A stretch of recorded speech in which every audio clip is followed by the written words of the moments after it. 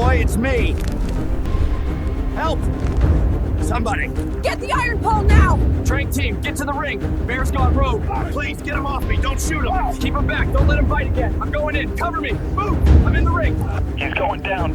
Stay with me, Steve. Jake, you're okay. Jake.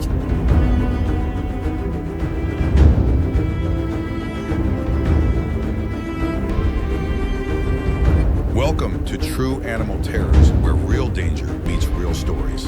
Don't look away. Steve Horn had always walked a dangerous line, balancing his life on the unpredictable instincts of wild animals. To the world, he was a performer, a circus star with nerves of steel, but those who knew him best understood that his true gift was darker stranger. He could enter a cage with claws, fangs, and raw muscle, waiting in silence and somehow walk out alive. People called him fearless, but Steve himself knew better. He wasn't fearless. He was obsessed. For over 20 years, his world was not one of bright lights and cheering crowds, but of heavy musk, blood-scented straw, and the constant low hum of growls echoing from cages in the dark. He had learned early that animals could sense weakness, that their eyes could pierce through any lie. They would study him, waiting for the smallest slip, and Steve's survival depended on never showing an ounce of doubt. He wasn't just a trainer. He was a man who spoke to predators as though they were his equals, a man who treated trust like a blade sharpened on both edges. One slip and it cut him. His colleagues whispered that he had something unnatural about him, that uncanny ability to lock eyes with a beast until the animal lowered its head. Audiences saw the glamour, the painted smiles, the spectacle of beauty and danger colliding under the circus tent. But behind the curtain, Steve's reality was brutal. Every day was a negotiation with creatures that could shred him in seconds. He carried scars on his forearms from close calls, claw marks that never faded, reminders carved into his flesh that respect in the world of wild animals was always temporary, always fragile. Among all the animals, he worked with lions that snapped at handlers, tigers that stalked the bars of their cages with maddening patience. There was one that consumed him most: Titan. A massive bear towering over Steve when he rose to full height. Titan was both his masterpiece and his nightmare. The two had been paired for years, and Steve devoted himself to shaping the beast into something the world could marvel at. Under the spotlight, Titan's hulking frame moved with disturbing grace, a predator dressed as a performer, muscles rippling like coiled ropes under bristling fur. Steve had taught Titan to bow to roll to mimic human gestures, but what truly stunned the crowd was the illusion of harmony between man and beast. They gasped at the sight, never realizing how thin the thread of control truly was. Training Titan was a ritual of blood and patience. The bear's meals were raw, dripping slabs of meat that stained the sawdust floor red. Rewards were handed out with precision, not too much, not too little. Each mistake was corrected with gestures that seemed gentle to the onlookers, but carried an unspoken menace. Steve knew that in Titan's world, dominance was everything. He could never afford to show weakness. The air during training sessions always smelled of iron and sweat, heavy with the sound of chains clinking, and the low rumble of Titan's breath, a sound that seemed to vibrate the ground itself. Steve would whisper commands, his hands shaking slightly, even as he forced a smile, knowing that a single wrong move could end with his throat crushed in Titan's jaws. Respect, Steve would tell his fellow trainers, his voice low, serious, is the only thing keeping these animals from tearing us apart. He said it often, but deep down, he knew respect was only an illusion. Instinct was the real master, a storm that could erupt without warning. And that storm had been building inside Titan. In the days leading up to the tragedy, Steve pushed harder than ever, preparing for a new performance designed to shock audiences. He demanded perfection. Every mistake was corrected, every hesitation punished with longer drills. Observers noticed Titan seemed restless, his pacing quicker, his growls deeper, his dark eyes less patient than before. But Steve ignored the signs. He had built his reputation on control, and control was something he could not afford to admit was slipping away. The night of the performance began like countless others. Backstage, the circus was alive with sounds of bells jingling on costumes, the hiss of lantern flames, the muffled roar of the crowd beyond the curtain. The air was thick with sweat smoke and the metallic tang of nervous anticipation. Steve adjusted his costume, his hands trembling slightly. Not from fear, but from the familiar weight of responsibility. He looked at Titan, who loomed in the corner, massive and silent, his shadow cast long against the wall by flickering light. Steve placed a hand on the bear's fur, coarse, warm, alive. For a moment, Titan's chest rose in a slow, deliberate breath, and Steve felt that unsettling vibration again, the kind of low growl that only animals make when some primitive tension simmers beneath the surface. "We're ready," Steve whispered, as though trying to convince both Titan and himself. The music struck loud and triumphant as the curtain swept upward. The arena burst into light. Smoke curled under the spotlights, painting the air golden white. Steve walked into the ring, Titan at his side, and the crowd erupted with cheers. The performance began seamlessly. Commands were given, gestures answered. Titan stood tall, turned in place, and lowered himself into a bow. Children gasped. Adults applauded. For a moment, it seemed flawless, a display of dominance and harmony. Steve's chest swelled with pride, but his instincts whispered something else. Titan's movements were slower, his pauses longer. A subtle hesitation that made Steve's pulse quicken. Then it happened. Titan refused to command. Steve's hand gesture went unanswered. The bear froze, his massive head turning not toward his trainer, but toward the crowd. The audience laughed nervously, assuming it was part of the act. But Steve felt a cold wave crash over him. Titan's dark eyes glistened with something different that night, resentment, rage, or perhaps the primal recognition that he was no longer an entertainer, but a captive predator with the power to destroy. A ripple of tension rolled on through the tent. Whispers, murmurs. The chain of control built over years of training had begun to snap link by link. Steve tried again, his voice sharper, his movements urgent. "Titan," he barked, desperation curling at the edges of his tone. But Titan didn't move. Instead, he released a deep, guttural sound, part growl, part roar, the kind of noise that rattles bones and silences air. The crowd leaned forward, caught between awe and dread. To them, this was a spectacle. To Steve, it was the sound of doom. His palms sweated. His heartbeat thundered in his chest. In that moment, under the blinding lights and echoing applause, Steve Horn realized the truth he had spent his career bearing trust was never enough. And then in the space between one heartbeat and the next, something inside Titan snapped. The shift was subtle at first, a hesitation in Titan's massive frame, a flicker of defiance in his eyes, but within seconds, that hesitation twisted into something darker, more violent.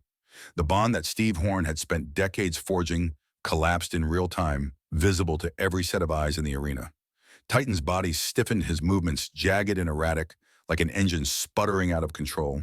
His growls deepened into a low, guttural thunder that vibrated through the ground, rattling the wooden bleachers beneath the spectators' feet.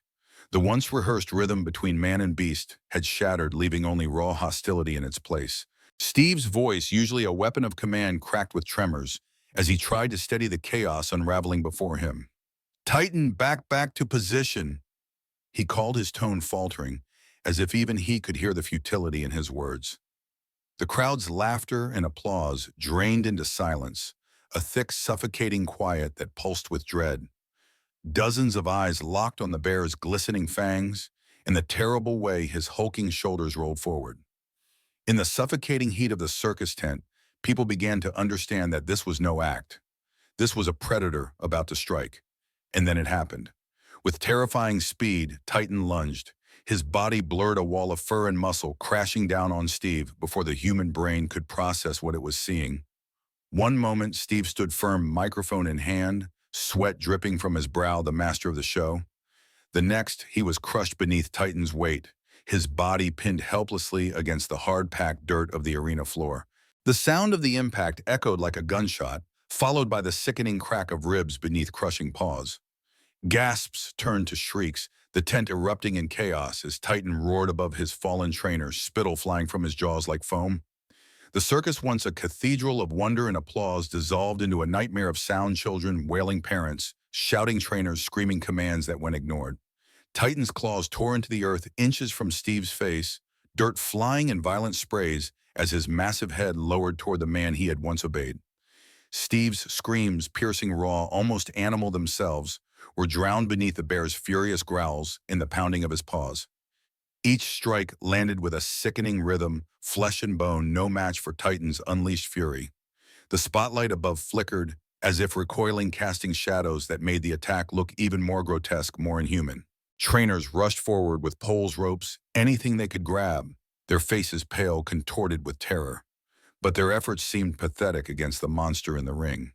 Titan's rage was absolute, a tidal wave of instinct and trauma, breaking through years of forced obedience.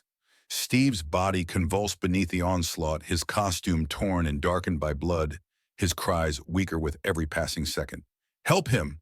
Someone help him!" A woman shrieked from the stands, her voice shredded with panic. But inside the arena, the battle was already lost. It felt endless, an eternity of horror, though in truth only seconds passed. And then, just as abruptly as it began, Titan stilled. His fury burned out into a heavy guttural breathing chest, heaving with exertion. The silence that followed was almost worse than the chaos. The crowd, pale and stunned, gasped in unison, dozens of bodies scrambling toward the exits, pushing past one another in blind desperation to escape. Steve Horn lay broken on the ground, his body twisted unnaturally, chest-heaving shallow breaths, blood soaking into the dirt. Titan's fury did not end with Steve pinned beneath him. Even as the man's body lay broken and bloodied in the dirt, the bear's muscles quivered with primal rage, each movement jerky and unpredictable. Trainers burst into the ring carrying long iron poles, ropes, and heavy chains, their boots pounding against the sawdust floor. Their faces were masks of terror, sweat-dripping lips, white eyes wide with the knowledge that one wrong move could turn them into Titan's next victim. "Get him off now!" someone screamed, voice cracking with panic. The first trainer jabbed his pole toward Titan's shoulder. The bear swung his massive head jaws, snapping shut with a sound like splitting timber. The pole bent in his teeth, the trainer stumbling backward, gasping as Titan's growl ripped through the air. Another man threw a rope, the thick fibers smacking across Titan's back. The bear let out a roar so deep, so guttural, it rattled the lanterns hanging high above. The sound was not of an animal in a show, it was war rage unleashed after years of suppression. The chains clanked loudly as two trainers rushed in from the side. One tried to loop the metal around Titan's neck, but the bear reared up on hind legs, towering over them, saliva dripping in thick strings from his teeth. His claws slashed downward, gouging deep furrows into the dirt, narrowly missing the man who scrambled away, face drained of blood. The smell of fear mingled with the stench of sweat, blood, and damp fur, filling the air with something foul, something primal. "Hold him! Hold him!" a trainer shouted, his voice shaking. The team surged together, pulling on ropes that dug into Titan's flesh, the fibers fraying as the animal thrashed violently. Titan roared again, twisting his head teeth, tearing strands of rope as though they were nothing but straw. The bear dragged three men several feet across the floor, their boots scraping sparks against the metal ring barriers. Audience members screamed, children crying hysterically as mothers covered their faces. The circus tent was a madhouse, the air heavy with terror. Finally, with a desperate maneuver, one trainer hooked a chain across Titan's massive snout, yanking it tight until the links cut into the bear's muzzle. Titan bellowed, rearing back his claws, lashing at the air. The combined force of half a dozen men pulled, strained, and slammed their weight onto the ropes. Their muscles bulged, veins popping, faces twisted in agony, as the bear fought them with earth-shaking strength. For every foot they dragged him backward, Titan surged forward, his body a tidal wave of muscle and fury. And then with a final deafening clank, the chains locked. Titan's body shuddered, his roars echoing through the arena like thunder, his eyes still blazing with hatred. But at last the beast collapsed into a heavy panting heave, pinned beneath the web of chains and ropes, subdued but not defeated. His sides rose and fell with violent breaths, each exhale carrying a rumble that warned this was no victory, only survival. Steve Horn, the man who had trusted Titan as family, lay motionless nearby. Trainers gathered around him, their hands trembling, faces pale with disbelief. The circus had silenced its monster, but the price was lying in the dirt, a broken body soaked in blood. The bear was captured, yes, but the damage was carved into flesh memory and the very soul of the circus itself. The fearless trainer who once commanded roars of applause now looked small, fragile, and terrifyingly human. Medics rushed in, kneeling beside Steve with trembling hands, their voices urgent, frantic. "We're losing him. Get the stretcher now," shouted one. Oxygen masks were pressed against his mouth. Compressions started, needles readied, but nothing seemed enough against the violence he had endured. The audience, those who had not already fled, stood frozen. Some crying openly, others filming with shaking hands, unable to look away from the grim spectacle. The circus had collapsed into something grotesque, a morgue lit with carnival lights. In the days that followed, horror turned to outrage. Authorities launched a full-scale investigation determined to unravel the chain of failure that led to such carnage. Experts combed through Steve's history with Titan, reviewing hours of footage, dissecting his methods, and interviewing fellow trainers. Theories formed quickly. Stress captivity and years of unnatural conditioning may have corroded Titan's mind until the pressure finally detonated. Animals in these conditions, explained Dr. Eleanor Briggs, an animal behaviorist, don't simply perform, they endure. And when endurance reaches its breaking point, the result is catastrophic. Her words echoed through every headline. Titan, once a beloved centerpiece of the circus, was now painted as a monster. Debates raged over his fate. Some demanded euthanasia, claiming his aggression made him a permanent threat. Others insisted he was not the villain but the victim of human greed, deserving release to a sanctuary. In the end, the bear was retired to an isolated wildlife facility, stripped of audiences and applause, his future no longer tied to a whip and spotlight, but to lonely confinement. The legal storm came swiftly. Steve Horn's family filed a wrongful death lawsuit accusing the circus of negligence, unsafe working conditions, and reckless disregard for human life. Public opinion shifted sharply. Once glorious performances were now remembered as sinister displays of exploitation, as if every roar and every trick had been a warning ignored. The circus industry faced its reckoning, and in the shadow of Titan's fury, one truth clawed through the spectacle: wild animals can never be caged without cost, and sometimes that cost is paid in blood. The attack that claimed Steve Horn's life didn't just scar a single circus, it ignited a firestorm across the nation. What began as a headline soon became a relentless debate, broadcast on every network, dissected in every paper: animal rights, performers, safety, the ethics of spectacle. The footage of Titan's rampage was replayed in horrified loops, anchors speaking in hushed voices about the night the circus turned to blood. Lawmakers could not ignore the outcry. Hearings were held, proposals drafted. Some cities moved swiftly, banning wild animal performances outright. Others tightened regulations so severely that circuses which had thrived for centuries found themselves cornered, dragged from arenas into courtrooms, their defenses crumbling under the weight of public outrage. But beyond the legislation, beyond the policies and bans, the loss was far more intimate for those who had stood beside Steve in the ring, who had heard his voice echo through the tents night after night. For them, the tragedy was not a case file or a headline. It was personal. They remembered the man who spoke of respect instead of domination, who swore that bonds could be built with creatures others only feared. They remembered his laugh in the dim glow of lanterns backstage, his quiet rituals with Titan before the curtain rose. And they remembered the look in his eyes, the one moment when fear finally cracked through his confidence as Titan turned on him. For them, that image would never fade. Steve's death rippled through the circus community like a rupture in the earth itself.